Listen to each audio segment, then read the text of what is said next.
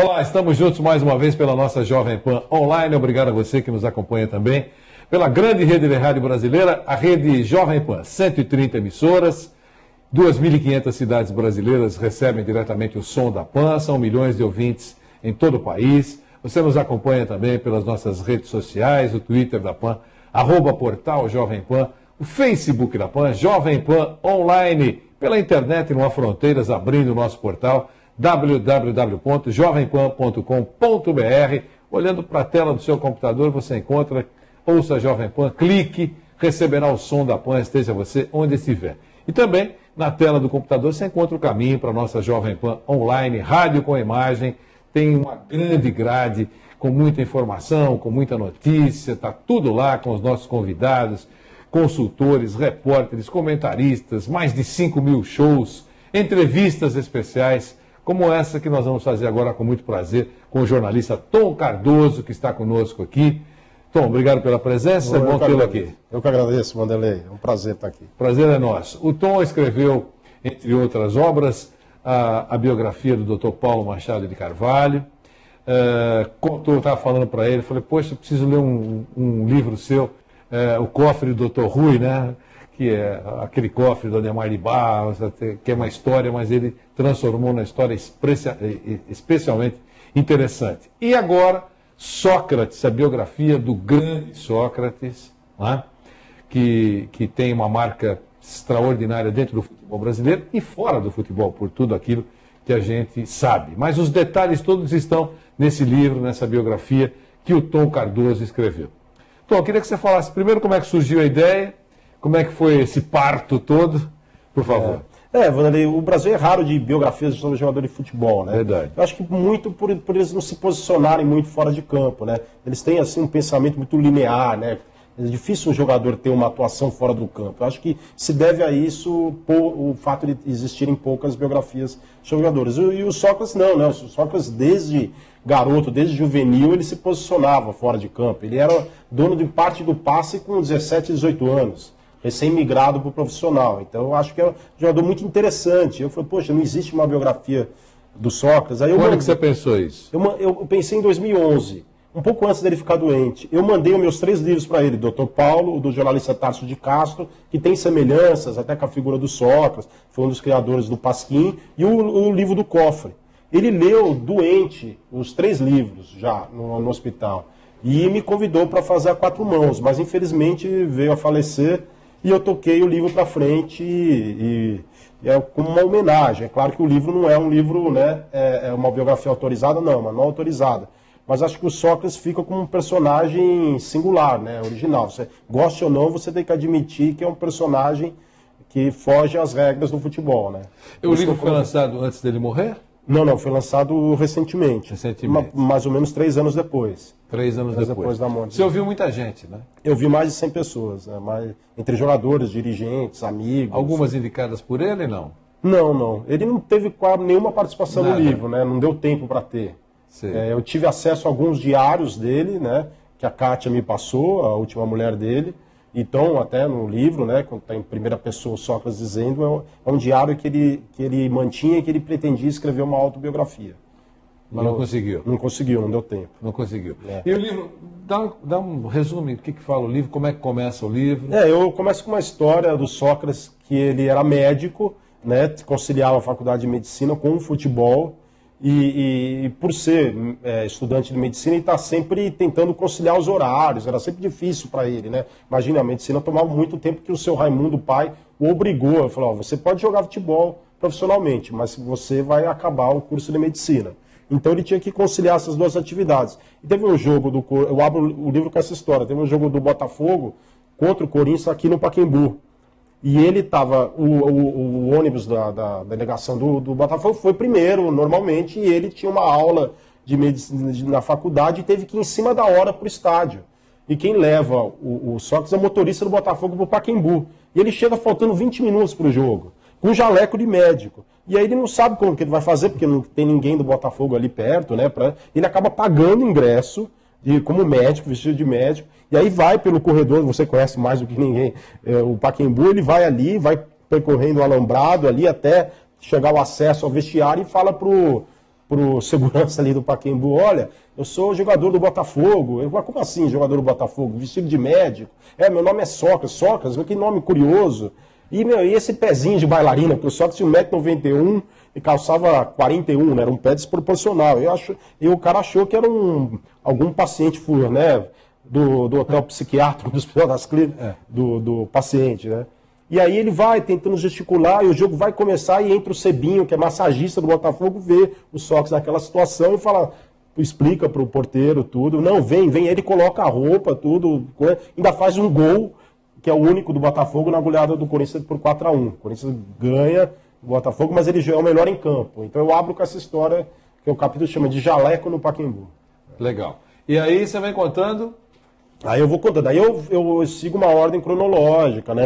Começo no Botafogo, ainda ele tem, né? É o principal destaque do Botafogo, ele é convocado para a seleção antes de ir para o Corinthians, e havia até uma resistência por parte da direção da CBF, que achava que como um jogador de um clube do interior vai se destacar na seleção, e ele tem uma estreia excepcional na seleção em 79 com o Coutinho, já joga muito bem, já mostra uma liderança, né? Excepcional, e aí conto, né, a chegada no Corinthians, toda essa trajetória aí. O lado político dele, como é que você aborda? Então, o curioso do Sócrates, muita gente acha que ele era um homem de esquerda, não é. Eu até peguei uma entrevista que ele deu para Playboy em 69, que ele faz elogios ao general Figueiredo, e fala que não é hora de se votar diretamente, que tem que ter... Não ditadura, não faz elogio à ditadura, mas ele diz que não é a hora das diretas já, ele tem um posicionamento mais conservador. E ele se diz mais de uma esquerda festiva, porque ele era do Grêmio estudantil lá em Ribeirão Preto, e ele não queria participar de discussões políticas, ele queria tomar cerveja. Então nessa entrevista da Playboy ele fala, aquele pessoal ficava falando aquele lenga-lenga, eu queria beber cerveja. Ele acaba se politizando muito no Corinthians por conta da influência do Vladimir. Muita gente não sabe, mas o Vladimir exerceu uma influência muito grande sobre o Sócrates. O Vladimir já era sindicalizado, ele já era afiliado ao PT quando o Sócrates chega, ele estudava Yorubá, né, uma língua africana, era um jogador diferente.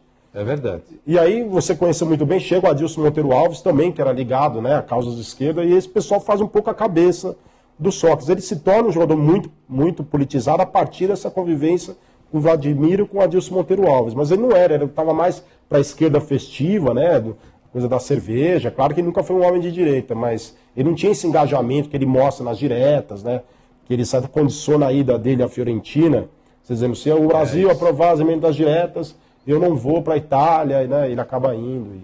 Entendi. E a vida familiar é efervescente, né? Muito, muito. Acho que essa parte foi a mais efervescente da sua obra, né? Você tentar encontrar detalhes, informações, como é que foi isso?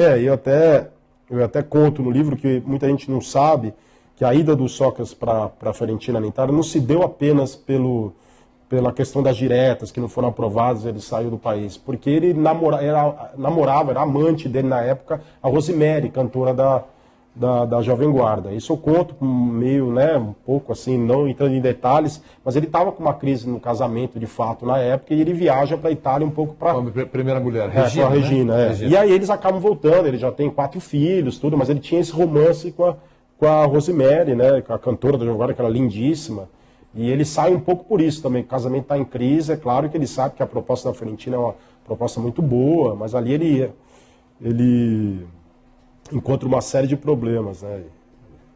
E aí? O mais interessante dessa passagem, porque eles chegam no Corinthians, Vanderlei, ganhando muito pouco. Eu estava vendo até, ele chega ganhando... Contratado pelo Matheus. Vicente Matheus, né, que você conheceu bem, que era um dirigente, né, muito intransigente, né, um pouco ditatorial, queria as coisas da maneira dele. Era uma época que não se pagava muito para jogador de futebol. Mas o Sócrates já era um jogador de seleção brasileira, né? E ele chega no Corinthians ganhando 30 mil cruzeiros. Só comparando, o Zico ganhava na época no Flamengo 450 mil cruzeiros. E ele chega ganhando 30 mil para renovar no próximo ano para 45 mil. Ou seja, mesmo assim, ele ganhava muito mal. E ele começa a perceber isso porque ele tem que pagar a escola dos filhos e ele aluga um apartamento junto com o Palinha, onde o Palinha Palinha é um grande parceiro dele, também fora do campo. Vanderlei Eustáquio de Oliveira. Exatamente. Ele forma com o Palinha uma grande dupla e eles moram no mesmo prédio. O Palinha meio que recebe o Sócrates. Mas de repente o Sócrates, que não era muito ligado a dinheiro, percebeu, poxa, eu não estou conseguindo nem pagar as contas aqui. E aí ele começa uma batalha aí com o Vicente Mateus para esse reajuste salarial. Ao mesmo tempo, o Corinthians vive um momento muito complicado. Ele ganha o título paulista em 79, né, tudo bem, mas aí a partir de 80, 81, pré-democracia, o Corinthians vive uma crise muito grande.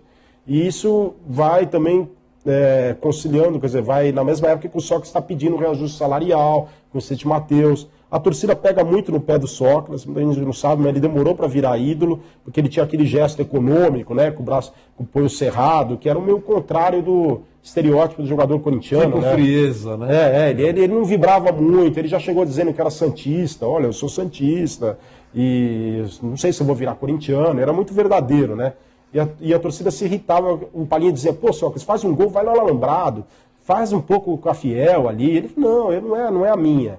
Então não existe aí, demora para ele acertar com a torcida, tem essa questão salarial, e aí vem a democracia. Aí a democracia, ele entra num período de lua de mel com a torcida, que também não dura muito, porque você vê quando ele sai em 84, o Corinthians está numa nova crise, o Jorge Vieira acaba sendo demitido, uma queda de braço, o Leão também, ele faz muita crítica à democracia, dizendo que no fundo era uma democracia de 4, que quem mandava era Adilson, Sócrates, Vladimir e Casagrande, né, e não como se dizia. Então eu deixo tudo aberto isso no livro, ouço os dois lados, né, para o leitor tirar a conclusão, né.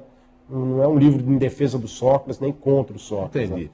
Quais as principais dificuldades que você encontrou para concluir o trabalho? Eu não tive o apoio de parte da família, né? Isso me atrapalhou um pouco, porque eu não tive acesso aos filhos, ao próprio Raí, mas tive acesso... Por quê, hein?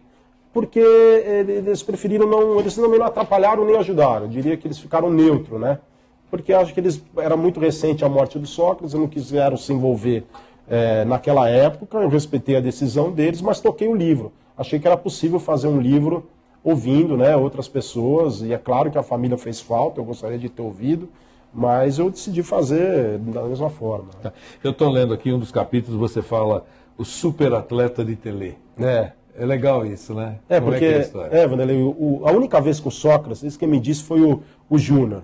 A única vez que o Sócrates virou um atleta mesmo, isso levando em conta até o juvenil e quando ele era muito jovem no Botafogo, foi em 82, para a Copa da Espanha. Ele prometeu para o Telê, que era um cara que ele respeitava muito e tinha muita grande admiração pelo Telê, que ele ia parar de fumar e beber. E de fato ele parou. E o Gilberto Tim, você também conheceu bem, colocou ele na ponta dos cascos. Ele virou de fato um grande atleta na Copa de 82. Quer dizer, você tem arrancadas fenomenais do Sócrates. E o Júnior lembra do Sócrates estreando na seleção em 79, ele tinha 25 anos, e o Júnior dizia que ele tinha fôlego de veterano já, ele já era muito jovem. Então a única vez que ele de fato ele entra e fica muito bem fisicamente é na Copa de 82. Então por isso que eu falo, o superatleta pelo Telê, pela Copa do Mundo, pelos companheiros, ele abriu a exceção dos prazeres dele, da vida, né? Fumava um cigarro só, ele passou a fumar por noite ali, mesmo assim escondido do Telê. Então ele reduziu drasticamente, mas foi duro para ele. O Júnior conta que nos treinos do Gilberto Tim tinha piques, assim de 200, 300 metros, ele chegava a vomitar nos treinos, porque aquilo exigiu um condicionamento que ele não tinha, e para ele foi mais difícil. Claro. Você lembra aqui esse aspecto do desembarque na volta do México, né? Você coloca o 17º capítulo aqui no fundão, né? Como é que é isso? Não, então, ele vai jogar no Flamengo, né? Vindo da Fiorentina, e aí ele acaba batendo de frente. Ele tem uma hérnia de disco, joga pouco, também se machuca o joelho, e ele bate de frente com o Lazzaroni, que tinha aquele losango, né? E o Lazzaroni vinha de uma escola militar também, era o contrário do Sócrates, então eles se estranharam e não deu certo. O Lazzaroni colocou ele na reserva, deu poucas oportunidades, aí um dia ele fala, vou encerrar minha carreira e vou virar médico. E aí ele vai estudar medicina no Fundão, que é o hospital lá do Rio de Janeiro. Só que ele acaba ficando 3 turnos, assim, de manhã, à tarde, à noite, bebendo cerveja com os estudantes. Ele acaba revolucionando aquele Fundão. Ele compra um jukebox, né, uma máquina de música, e ele acaba curtindo mais aqui na universidade do que estudando de fato. E ele acaba nem concluindo a residência, porque ele vai jogar no Santos. Pouco tempo depois ele joga no Santos. E depois do México, mas aí aquela Copa do México, tentaram crucificar o Zico, o Telê, né? E o Sócrates. Né? E o Sócrates, O Zico, por ter perdido o pênalti, o Sócrates também perdeu, né? O pênalti, o Sócrates e o Telê, porque... Né, aquela mesma crítica que se fazia em 82, que o time era muito ofensivo. O desembarque deles foi escondido, né? Foi muito duro para o Sócrates. Mas o Sócrates, ele era um... Acho que ele não ficou tão... A perda de 82 foi maior para ele, acho que de 86. De 86, aquela geração já estava um pouco envelhecida, né? Acho que eles não esperavam ganhar tanto a Copa como esperavam em 82. Foi um golpe duro, né? Foi um golpe duro. E para ele, que né, largou todos os prazeres, ele virou um atleta, foi muito... Diria que foi um sacrifício para uma personalidade como o Sócrates, né? Entrar naquele condicionamento do Gilberto Tim, para ele foi muito duro perder aquela Copa. Com os filhos você conseguiu falar? Não, então com os filhos eu não falei. Também não? Também não. Não conseguiu? Não, mas entrevistei Zico, Leandro, o que o Zico fala?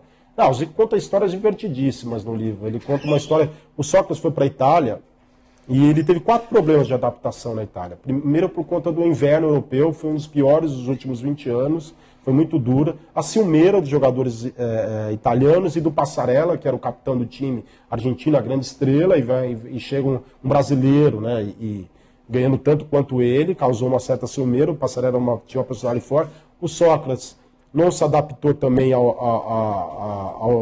bateu de frente com os dirigentes da Fiorentina, que era da Democracia Cristã, que é um partido conservador italiano. E o Sócrates já chega elogiando o Partido Comunista Italiano, dá entrevista para o jornal comunista italiano, ele diz que ele tem simpatia pelo regime socialista, e isso irrita muito a família Pontello, que era a dona da Fiorentina na época, eles ficam muito irritados, e a quarta, saudade que ele tinha do Brasil. Quando ele dá uma entrevista para o Pasquini, ele diz, fiquei muita saudade da porra louquice brasileira. Mas mesmo assim teve momentos que ele se divertiu na Itália, e o Zico conta uma história que ele resolveu fazer um churrasco no carnaval. Não era um churrasco, acho que não tinha nem carne, mas ele resolveu fazer uma festa de carnaval na casa que ele morava lá para os italianos, os jogadores do time.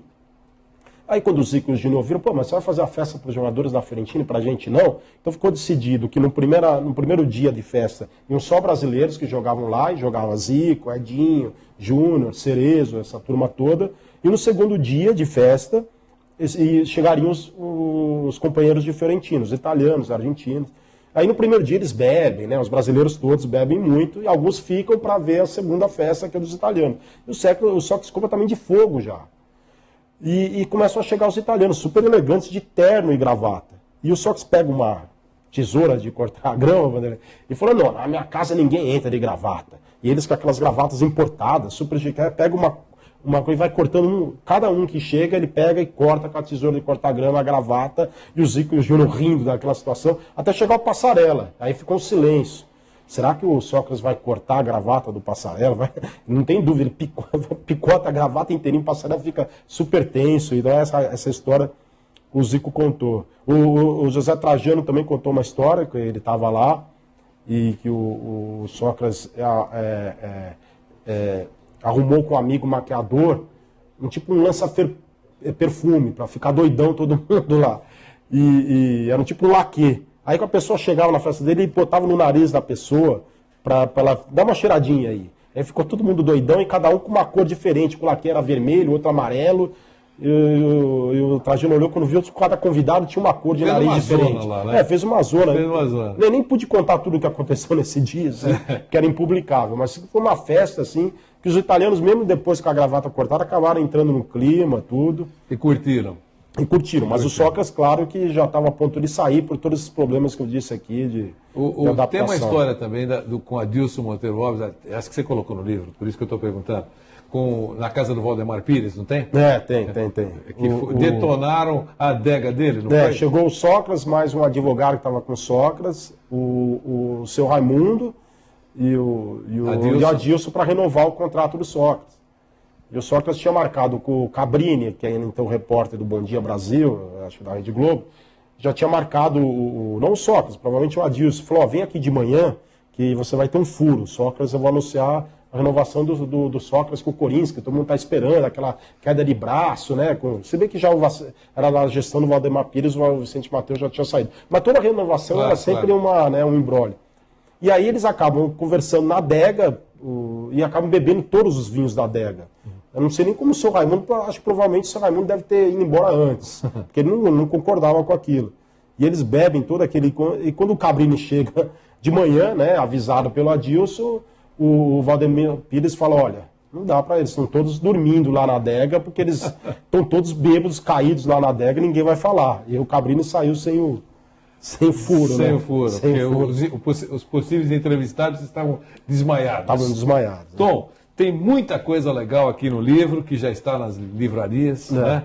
E por isso que nós pedimos que você fizesse um resumo do livro Sócrates, a história e as histórias do jogador mais original do futebol brasileiro, alguém que tinha efetivamente, são raros, efetivamente alguma coisa para dizer. Exatamente. Na verdade, isso é extremamente importante. Obrigado pela presença. Obrigado, Vanderlei. Eu que agradeço. Aí. Foi ótimo, sucesso, viu? Obrigado. Muito bom. Com o Tom Cardoso, jornalista e autor de mais um livro, a biografia do Sócrates, fizemos mais uma entrevista especial para você. Até a próxima.